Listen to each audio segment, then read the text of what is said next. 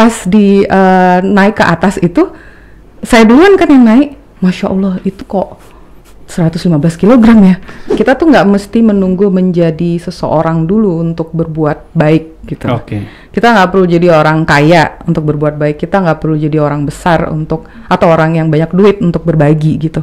Kita tuh bisa berbagi apa saja gitu. Karena sebetulnya kita tuh butuh berbagi.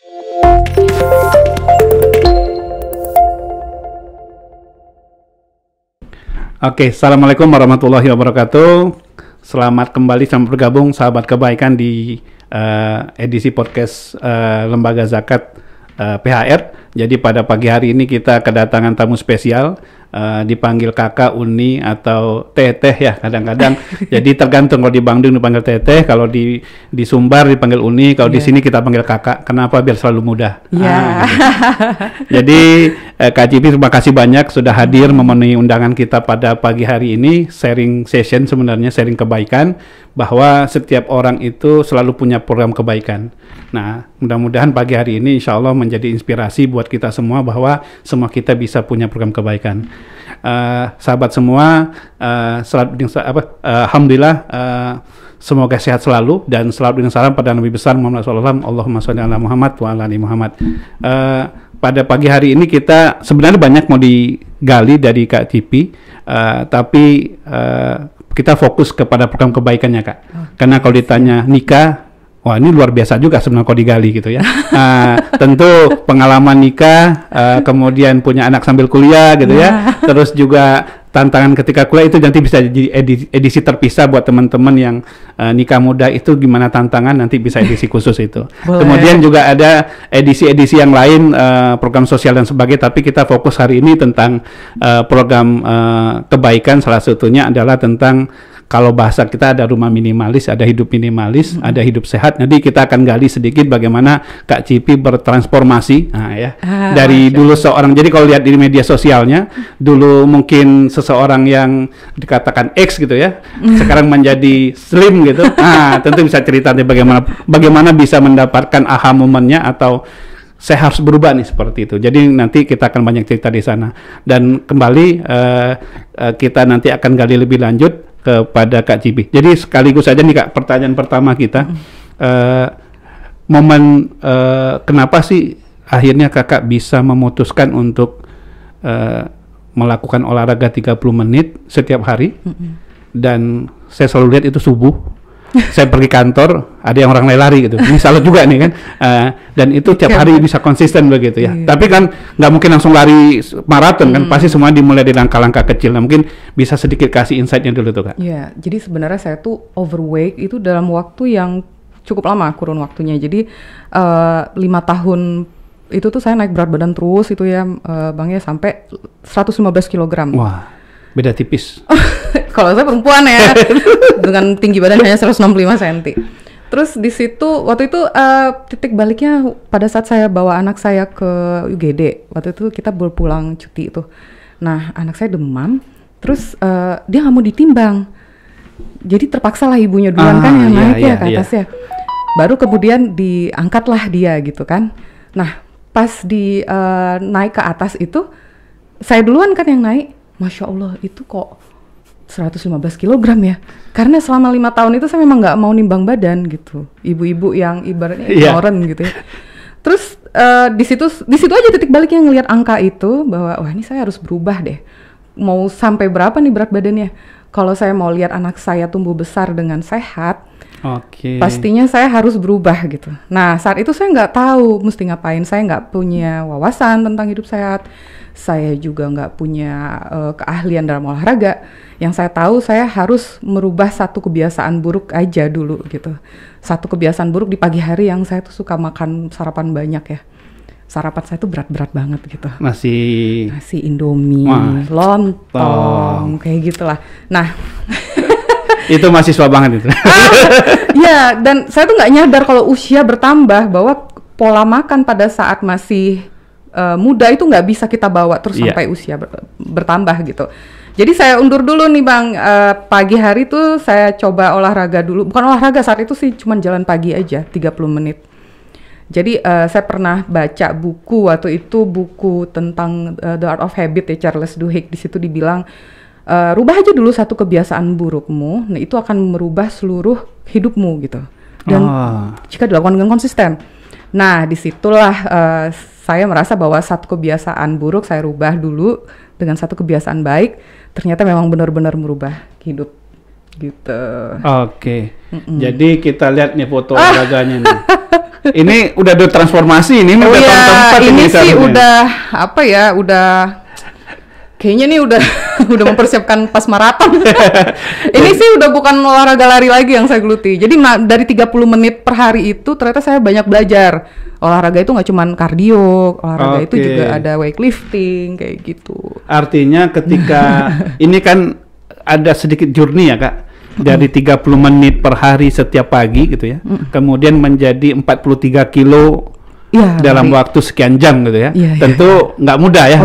Perjalanannya panjang. Pertanyaannya, mimpi untuk bisa maraton itu di tahun keberapa itu? Wah itu sih setelah berat badan ideal ya. Jadi setelah 4 tahun saya konsisten olahraga, ternyata timbangannya udah pas, berat badan udah cocok untuk lari jarak jauh. Dan saya juga udah strength training gitu ya, olahraganya nggak cuma lari gitu ya. Jadi ibaratnya sudah dedicated lah waktunya untuk mempersiapkan ini gitu. Jadi kalau boleh dikatakan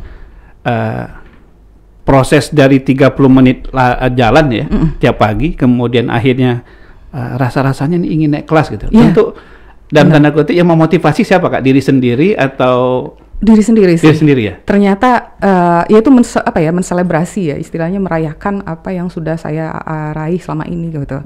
Ternyata Sylvie yang dulu 115 kg nggak akan kepikiran bisa finish 42 kilo gitu. Masya Allah. Jadi ternyata apresiasi buat diri sendiri ya.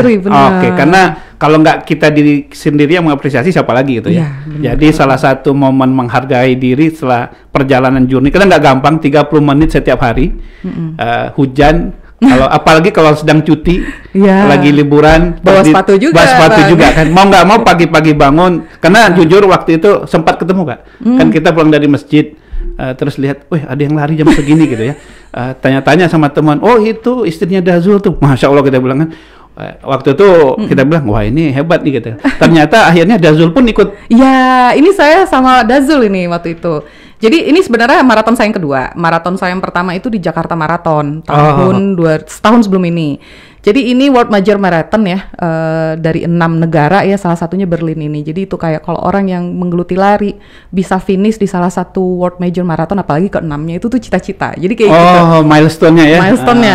Jadi waktu itu kita berdua mencoba mendaftar nih ya, kita iseng ibaratnya kayak ayo kita coba ke next level dulu, pernah finish di Jakarta Marathon. Dazul juga sempat finish di Bali Marathon kayak gitu.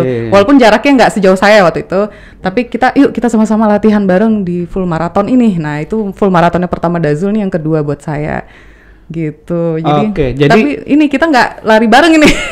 Nggak, pertanyaan sederhana yang memotivasi ada kan pertama kan Kak Cipi kan sendirian ya, Kak Cipi pagi-pagi itu ya. Terus bisa mempengaruhi lingkungan sekitar. Kan Dazul setahu Ferry itu maintenance ya. Iya, nah itulah namanya kita kalau udah tinggal serumah gitu ya, lingkungan itu kita tuh mempengaruhi orang di sekitar kita gitu.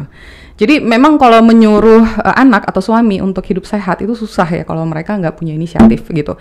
Sayanya sendiri pun merasa sendiri awalnya memulai.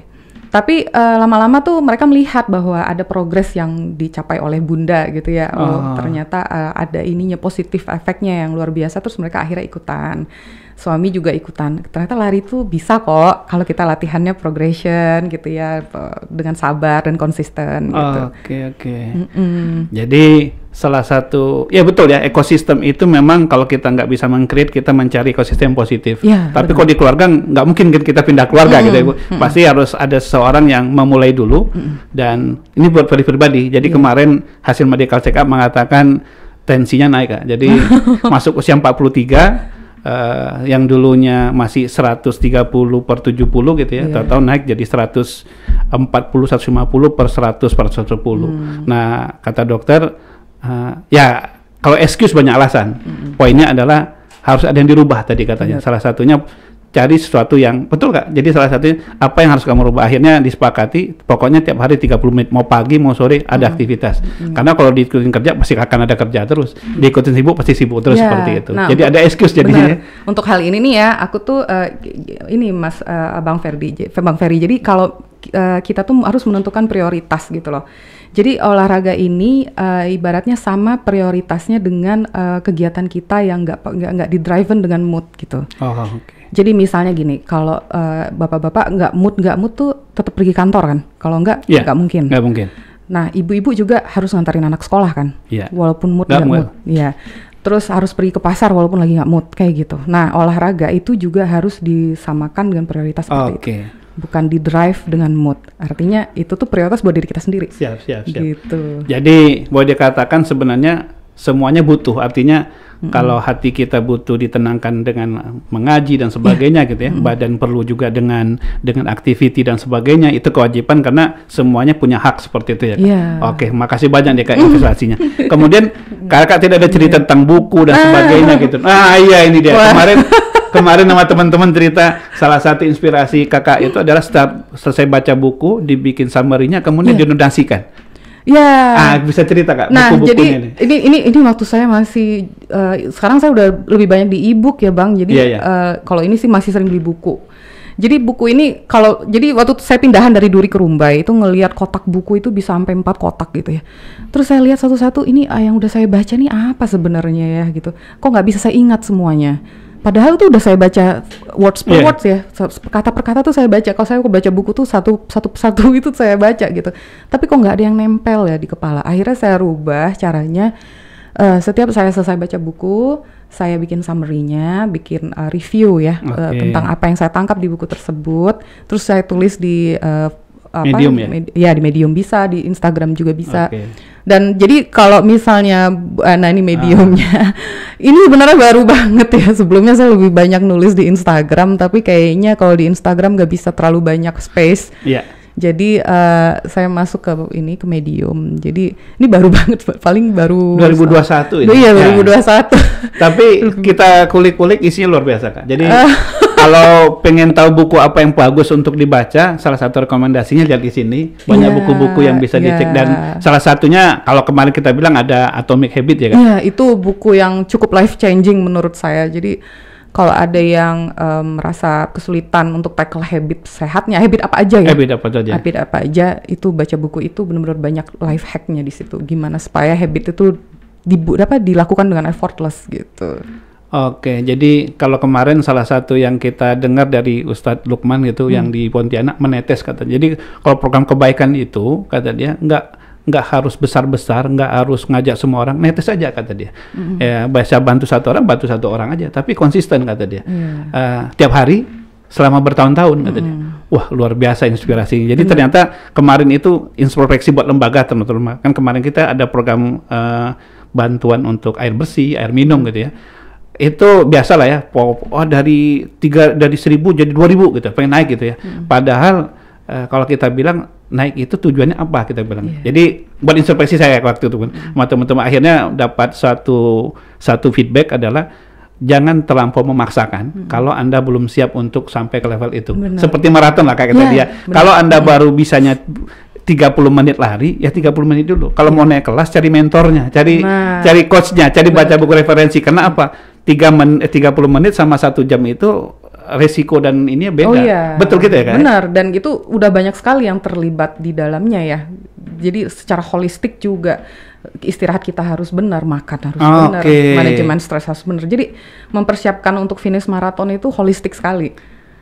Jadi kalau boleh cerita sedikit Kak, untuk ke Berlin itu persiapannya berapa bulan nggak sampai itu tadi? Saya 6 bulan itu. 6 bulan ya? 6 bulan, jadi itu lebih ini ya, kalau menikah nggak sampai 6 bulan persiapannya. lebay. Karena saya kepingin nggak cuma sekedar crossing the finish line aja, tapi berkesan kuat gitu, strong setelah itu nggak drop gitu. Ada orang yang benar-benar hanya asal finish aja gitu Bang, ya habis itu sakit gitu ya gitu. Jadi jujur aja Kak, kemarin itu salah satu Ferry waktu SMP ikut maraton. Ikut maraton. Waktu itu kenapa ikut maraton, nggak boleh ikut main bola sama ibu. Karena kakak pribadi kan ikut main bola berdua, kakak patah sama ibu sepatu bolanya dibuang. Akhirnya ikut lari. Nah, cuma waktu itu tahun 80-an kan nggak ada coach kan, nggak ada apa. Iya. Udah lari aja gitu kan. Nah, ikut pada hari hanya ikut. Paling depan berdiri sama orang profesional. Profesional kan pertama tuh kenceng semua kan? Iya. Kita kenceng juga. 1 kilo pertama kuatnya habis tuh.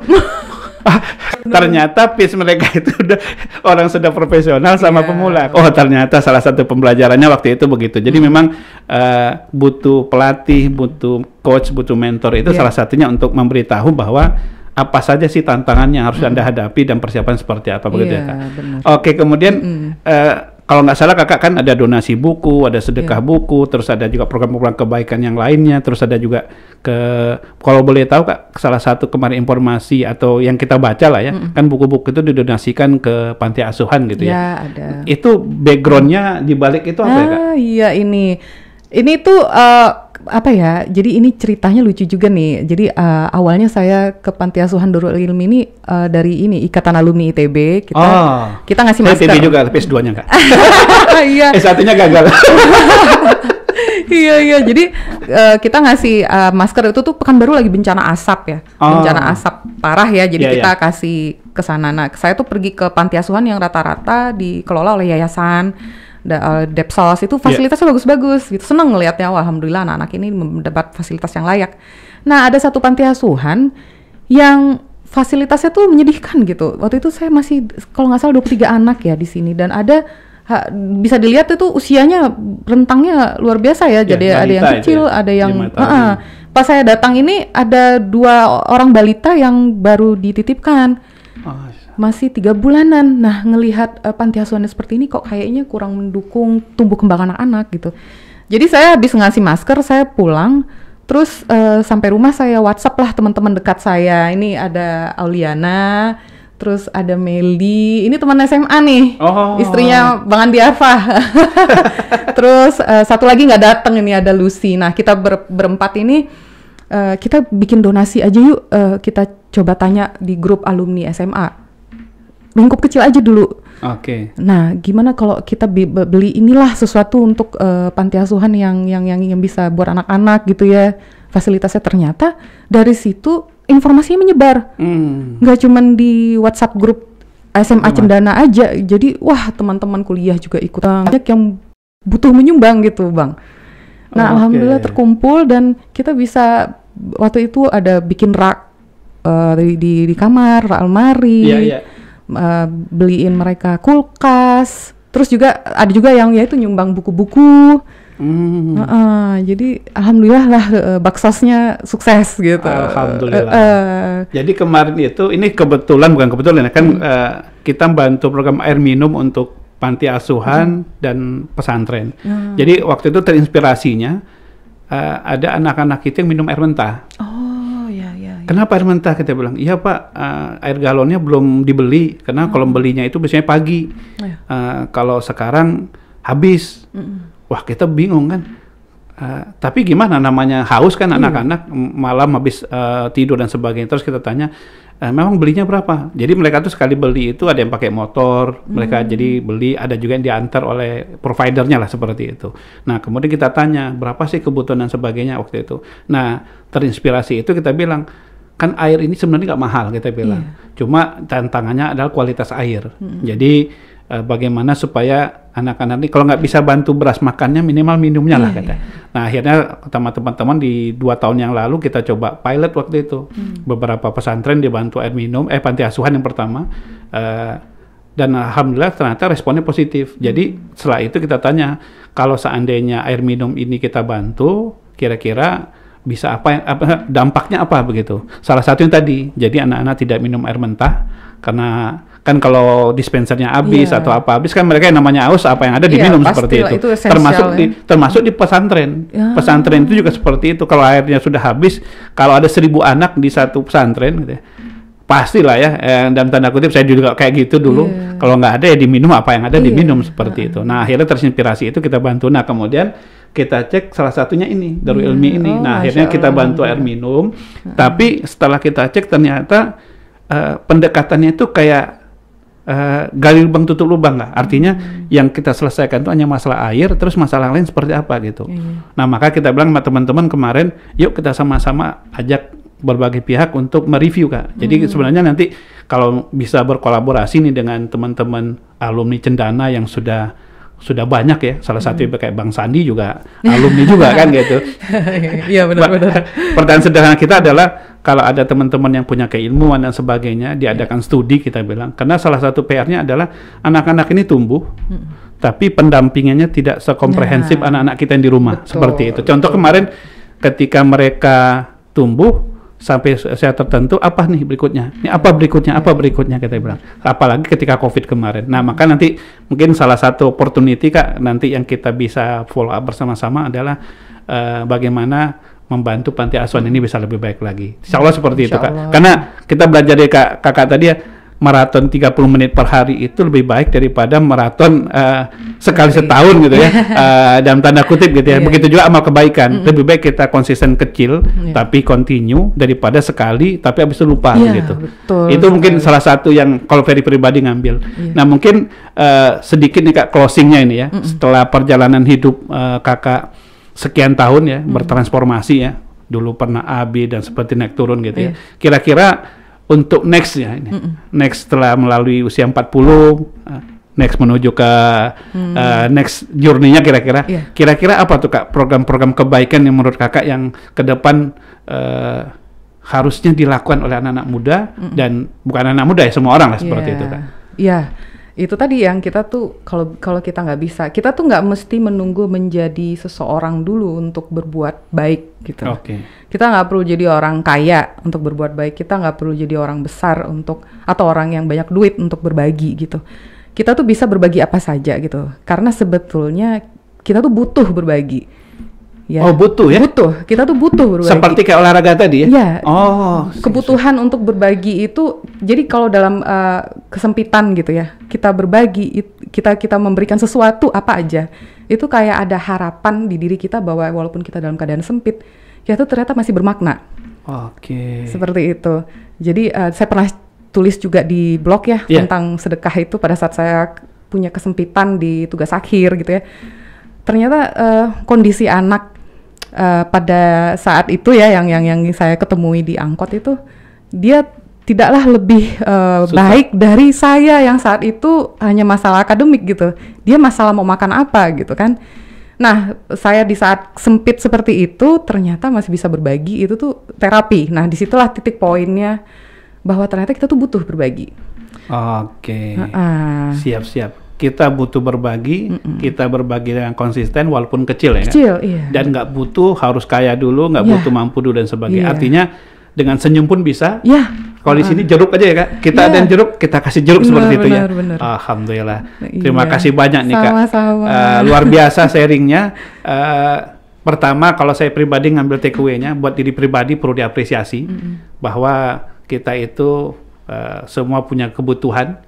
Jadi memberi itu juga butuh sebenarnya. Olahraga itu juga butuh seperti itu. Termasuk istirahat juga butuh ya. Tidur yang cukup dan termasuk saya kemarin salah satu masukannya tidurnya harus seperti. Karena jangan dianggap tidur itu waktu hilang sebagainya. Jadi tidur itu kebutuhan. Jadi buat sahabat semua sekali lagi coba di list kembali ya. Kira-kira program kebaikan apa yang harus dilakukan? Membantu tetangga, melihat teman, menelpon keluarga dan sebagainya, itu kebaikan. Dan lakukan itu konsisten dan insya Allah lingkungan sekitar kita juga akan terinspirasi seperti itu ya. Oke, mudah-mudahan dari diskusi singkat cerita pagi hari ini teman-teman bisa mendapatkan sedikit ya kalau kita bilang aha moment atau apa nanti istilahnya, bisa apakah ada yang mau jadi pelari atau ada yang pengen program kebaikan atau ada yang mau jadi reviewer buku seperti tadi, tapi poinnya lakukanlah program kebaikan apapun itu, nggak perlu menunggu dan lakukan itu sama-sama. Karena kalau sendirian capek juga sih sebetulnya. Iya, saling support ya. Betul, terutama dengan keluarga dan sebagainya. Itu saja teman-teman. Sekali lagi kita doakan Kak Cipi sehat selalu bersama keluarga dan memberi inspirasi. Nanti kita share juga cerita berikutnya. Tentu ditunggu agenda berikutnya ya. Untuk buat yang muda-muda nih ceritanya. Itu saja sekalian. Terima kasih banyak. Kita tutup dengan Bang Ferry. Iya, sama-sama. Kita tutup dengan hamdalah. Alhamdulillahirabbil alamin. Doa penutup majelis. Subhanakallahumma wa bihamdika. Lebih dan kurang mohon maaf. Assalamualaikum warahmatullahi wabarakatuh. Waalaikumsalam warahmatullahi wabarakatuh.